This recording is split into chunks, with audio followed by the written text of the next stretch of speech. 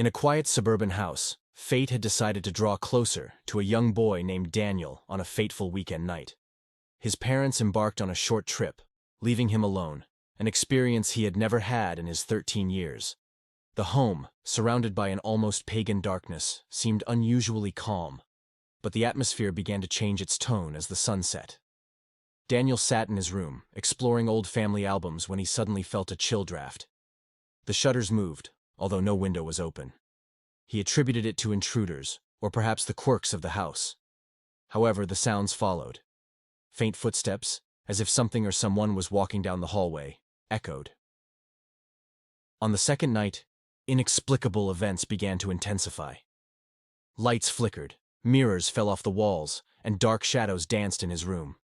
Daniel was terrified, but he attributed it to his own fear and loneliness. He convinced himself it was just his vivid imagination, trying to divert his mind from these paranormal apparitions. The third day brought even more bizarre experiences. Whispers filled the air, and as Daniel tried to stand up, his legs were suddenly ensnared in invisible cobweb-like threads. The room was chilly, and despite the warm summer outside, something in that house was absorbing warmth. He attempted to call his parents, but his phone lost its signal. He felt alone, cut off from the outside world. In the evening, while sitting on his bed, a mysterious inscription appeared on the mirror. "You are alone. Fear us." Desperate and exhausted, Daniel began to go through old family photos in an attempt to find some connection to the dark forces haunting him.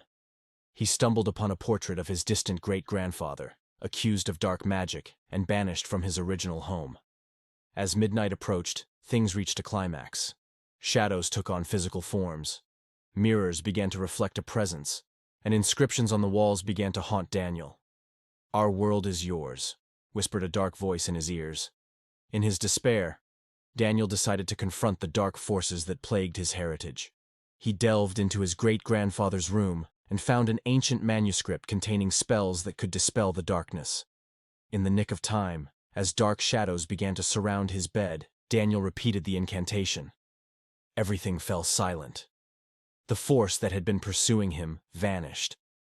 When his parents returned, they found Daniel exhausted and confused. He couldn't explain all the paranormal experiences, but he knew he had accepted his family's legacy and dispelled the darkness that had long haunted it.